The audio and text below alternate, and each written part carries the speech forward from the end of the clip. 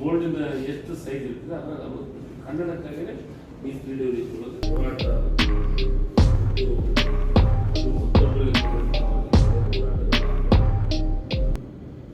ನನ್ನ ವಿನಂತಿ ಏನಂದ್ರೆ ನಮಗಿದೆ ಅದನ್ನ ಇಂಪ್ಲಿಮೆಂಟೇಷನ್ ಮಾಡ್ಬೇಕಂತಿದೆ. ಈಗಾಗಲೇ ಕಾನೂನು ಮಾಡಬೇಕು ಅಂತ ಕಾನೂನು ರೂಪ ಮಾಡ್ಬೇಕಂತ 2 ಅಧಿವೇಶನದೊಳಗೆ ಬಿಲ್ ಪಾಸ್ ಆಗಿದೆ. ಯಾರು ಕಾನೂನನ್ನ ಕೈಗೆತ್ತಿಕೊಳ್ಳುವಂಥ ಕೆಲಸವನ್ನು ಮಾಡ್ತಾರೆ ಅಂತ ನಾನು ದಯಮಾಡಿ ನಾವು ಯಾರು ನಮ್ಮ ರಾಜ್ಯಕ್ಕೆ ಬರ್ತಾರೆ, ಯಾರು ನಮ್ಮ ರಾಜಧಾನಿಗೆ ಬರ್ತಾರೆ, ಅವರಿಗೆ ಪ್ರೀತಿ ವಿಶ್ವಾಸದಿಂದ ಕಾನೂನು ಮಾಡುವವರು ಕಾನೂನನ್ನು ಮಾಡಿದ್ರೆ ಅವರು ತಮ್ಮಷ್ಟಕ್ಕೆ ತಾವು ಅದನ್ನ ಇಂಪ್ಲಿಮೆಂಟೇಷನ್ ಮಾಡ್ಕೊಳ್ಳುವಂಥ ಕೆಲಸವನ್ನು ಮಾಡಿದ್ದಾರೆ.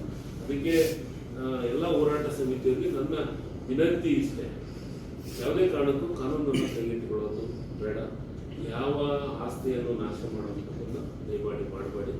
ಮತ್ತು ನಾವು ಸರ್ಕಾರ ಮತ್ತು ಮುಖ್ಯಮಂತ್ರಿಗಳು ಉಪಮುಖ್ಯಮಂತ್ರಿಗಳು ಕನ್ನಡ ಪರ ಇರೋಂಥ ಮುಖ್ಯಮಂತ್ರಿಗಳು ಉಪಮುಖ್ಯಮಂತ್ರಿಗಳು ಮಂತ್ರಿಗಳು ಸೇರಿ ಇಡೀ ಸರ್ಕಾರನೇ ಕನ್ನಡ ಪರ ಇರುವಂಥ ಕೆಲಸ ಆಗುತ್ತೆ. ಅದಕ್ಕೆ ಕನ್ನಡ ಭಾಷೆ ನೆಲದ ವಿಚಾರದೊಳಗೆ ಕಾಂಪ್ರಮೈಸ್ ಮಾಡ್ಕೊಳ್ಳೋಂಥ ಪ್ರಶ್ನೆನೇ ಬರೋದಿಲ್ಲ, ಬರೋಕ್ಕೂ ಸಾಧ್ಯ ಇಲ್ಲ.